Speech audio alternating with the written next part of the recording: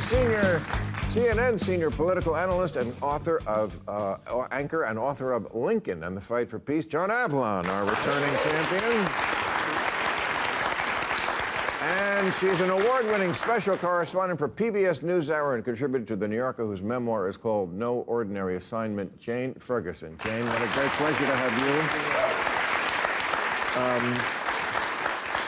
And since you are a war correspondent, I thought we would talk about war, because that is what everything in the news today is war. I mean, especially the ones in Ukraine and Gaza. And the Ukraine war, we haven't talked about it in a while, but it's big in the news this week because the Republicans want to link more aid to Ukraine to Biden doing something about the border, which would not be a bad idea in itself. I don't know why they have to be linked, but just to give you some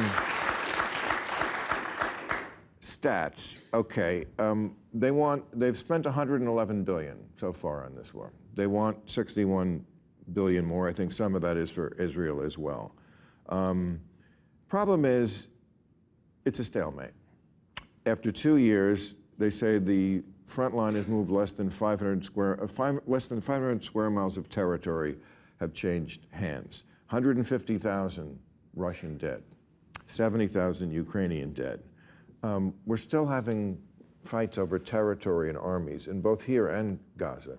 So I know the people, I mean, I've always tried to be good for the people of Ukraine and back them, and I think it's the right thing, but I also heard a lot, you were in Afghanistan, right? I remember Iraq, in both wars, we can still win this thing, but we couldn't in either one. What's your assessment on whether we can still win this one?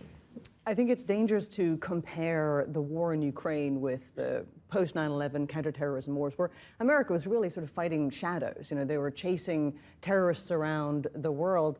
This is not a Ukrainian fight. This is not sending money just so Ukraine can fight its own war. This is a war against Vladimir Putin and his expansionism into Europe, essentially. I mean, this is a war for global world order.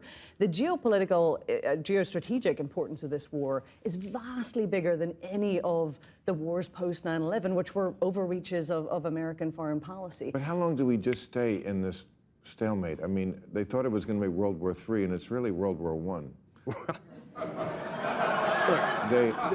The reason to fund Ukraine is because we learned the lessons of history, which is that you cannot reward aggression. And it's far cheaper to fund Ukraine now than to let Ukraine fall and then have the front move.